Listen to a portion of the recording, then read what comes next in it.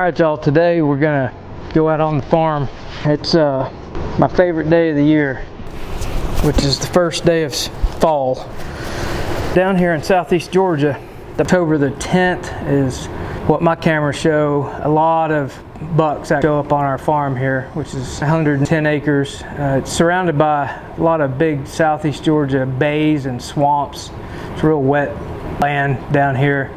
CalTopo will show you some LiDAR images of creeks and lower areas and things like that, but it's mainly aerial scouting with aerial photographs and Google Earth and things like that. So I'll show you a map of where we're going today, but we're going to hang this Lone Wolf custom gear stand and drop a couple scrapes because these bucks have already started making scrapes here. I usually try to wait and hunt that period, which again is the 10th all the way through the end of October. I got my trusty sidekick with me, Guy. All right, beautiful Aussie Doodle. Ain't that white? He's my girl. This area that we're going into, as you can see, it's wet. So this is the old eastern border, and this eastern border all the way down our property line is generally wet. I've got a road. It's just a four-wheeler road that goes around a new piece of property that we bought back in 2015, which is 20 acres of planted pines over there, about 500 yards. And the bucks come out of that swamp. Here's an old rub from a couple years ago. There's a gap right here that goes through here, and I'm going to open that gap up to encourage movement through this gap, coming through that 20 acres of pines, and then another 20 acres that somebody else owns across the road from that big swamp over there. I'll show you on an aerial photo to give you a better illustration of what I'm talking about, but these three trees right here make an excellent setup.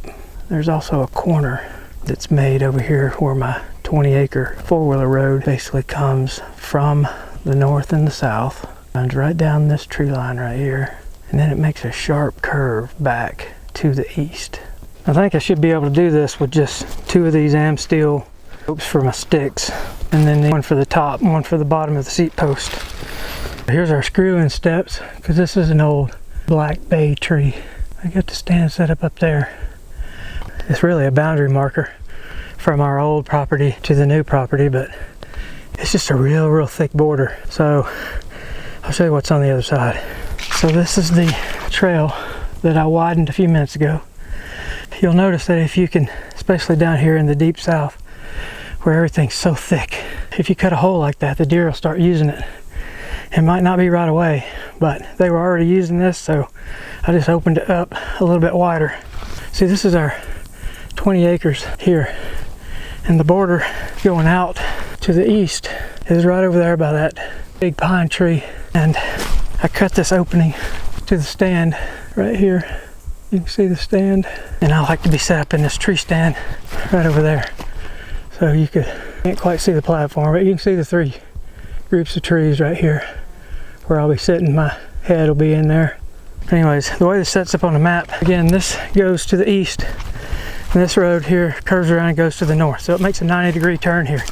There's also this real nasty old border edge, and what makes this place a good setup is I like northeast wind, so blowing this way, because back over here behind the stand is a great big slough. We call them bays down here in southeast Georgia, but it's a bay. It stays wet, usually about knee deep, so the deer don't walk through it very often unless they have to.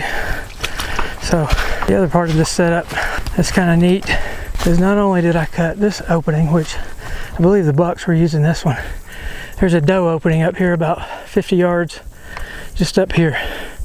So this place should get a pretty good amount of traffic during the rut. Now these Aussie Doodles, they're just super smart, really chill dogs. This is my daughter's dog. We absolutely love this baby. Don't we, big girl? So we're gonna take a break here, get us a little something to drink, and get the puppy something to drink. And I'll keep you up to date on how this stand site and what luck we might have in the upcoming weeks. When you can hang a set like that and just let it sit that's what's gonna help you get in here and get out of here without making hardly any noise at all. So